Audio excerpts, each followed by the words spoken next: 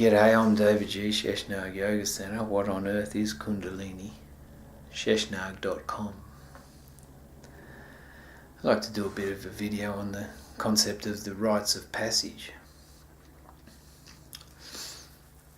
And in that, also talk about men. Men are a little bit weird. Nah, they're awesome, because there's beautiful men out there that can protect and provide. And some men will go to war for me, Men are a bit funny because when they get in a group, they sort of find the weak link and then poke his weaknesses. I think, what the heck is this? Me being a victimised psyche, I sort of have a tendency to attract some of those comments or some of those little snippets where people try and berate you or try and cut you down, try and cut me down. So in that I realised someone said it's about fortitude of the tribe. It's fortitude. I thought, what the heck? They said, well, as a group of men, historically and from a cellular level, used to be in a way that it was either going to war or trying to hunt an animal or something like that. I'm not too big on the tribal stuff. Maybe that did happen. But energetically, I understand what they're saying. If there's a group of men, they said, they find the weak link and they keep poking it until it gets stronger, because they know if that group is going to be attacked, that is the point of entry. That is their vulnerability. So that's why you get smart-ass comments from your mates that are trying to belittle you and trying to poke you to see how weak you are in certain areas. But if you understand that, then you can develop strength and appreciation around your own vulnerability and step into your own power and remove some of those patterns that make you the weak link or make that vulnerability soft.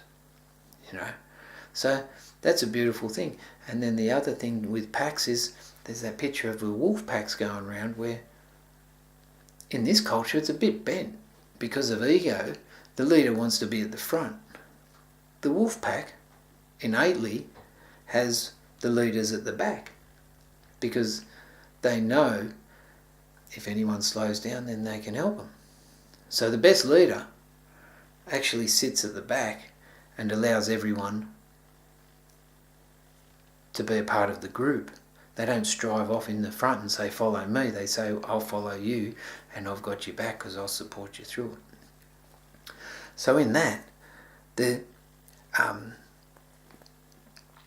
cycles that we live, to do with men, to do with the constant digs, it's something to do with rites of passage. And I've been doing a bit of men's work. It's really intriguing for me because my son's just turned 12 and I see a difference in his perception and his expression, and I realise that from the ages of 0 to 7, physiologically, he doesn't perceive things through alpha and beta brainwaves.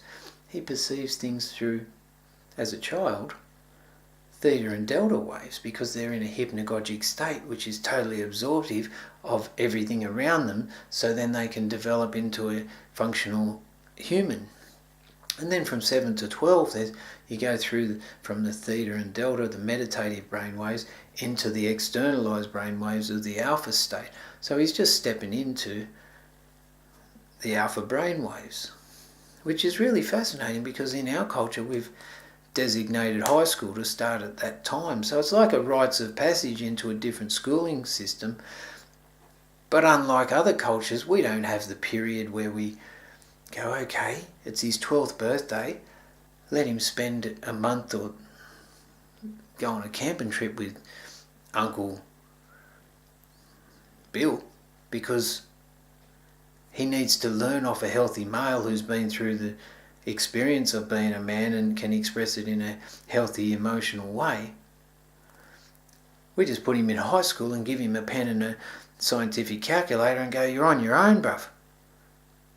And then stuck into the economic paradigm that we're in, a lot of the time we're working too much to be able to express or support them in emotional ways that they require as a 12-year-old child to move into a healthy expression of adolescence and then come into being a healthy man.